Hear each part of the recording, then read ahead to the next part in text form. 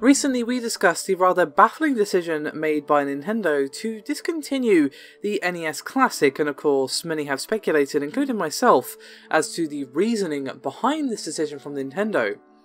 I conducted a small straw poll to basically get a feel for what people at large were feeling about Nintendo's reasoning for this, and it seemed to be a pretty even split between those who thought they were planning something for the Virtual Console and those who felt they were planning a SNES Mini and they didn't want the NES Classic or NES Mini, if you prefer, to interfere with that. And if a new report from Eurogamer is right, it seems those who voted on the SNES are going to be correct, as sources close to Nintendo have said to Eurogamer that Nintendo are going to be following up the NES microconsole with a version for the SNES, basically SNES Mini or Nintendo Classic Mini Super Nintendo Entertainment System, to use the rather long-winded official title, and apparently it's going to be coming out Christmas this year, and as you would expect for a console coming out this year, it is already in development. So this would actually make perfect sense. If Nintendo are planning to release a SNES Mini or Classic or whatever you prefer to call it, it does actually kind of make sense to not have the NES Mini interfering with that market. I just really hope that they get it right this time with the availability, if of course the accusations about them deliberately restricting the flow of consoles was not true. So yeah. This does actually line up with not only what makes logical sense, but also Nintendo's comments to IGN that I discussed in my previous video, which basically said that they never intended the NES Classic to be a long-running product. It was just supposed to be a cool novelty item for Christmas, and then obviously it was way more popular than they realised. I mean, I find that hard to believe. It was pretty obvious the thing was going to sell like hotcakes, but, you know, that aside, the console has been very famously hard to come by.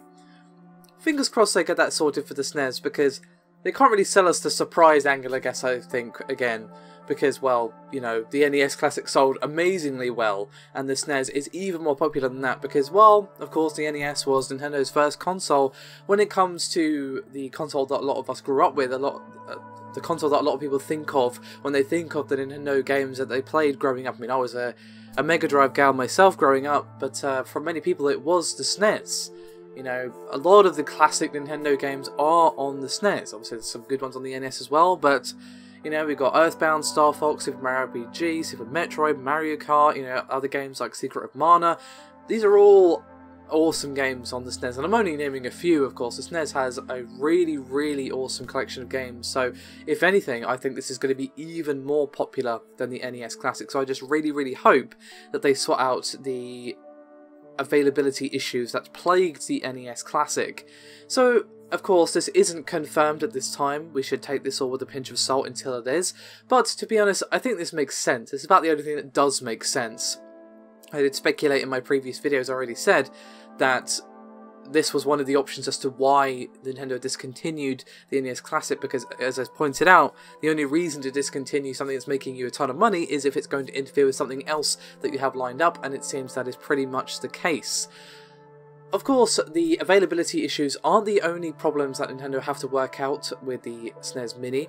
I personally hope that they add the ability to actually expand the game collections with, you know, SD cards or whatever that you can actually buy. You know, you slot that into the SNES Mini and you get more games, because as we saw, people are just going to find ways around that to add more games anyway, so it would make more sense just to give you the ability to do that from the start. Obviously a longer controller cable would probably be nice as well.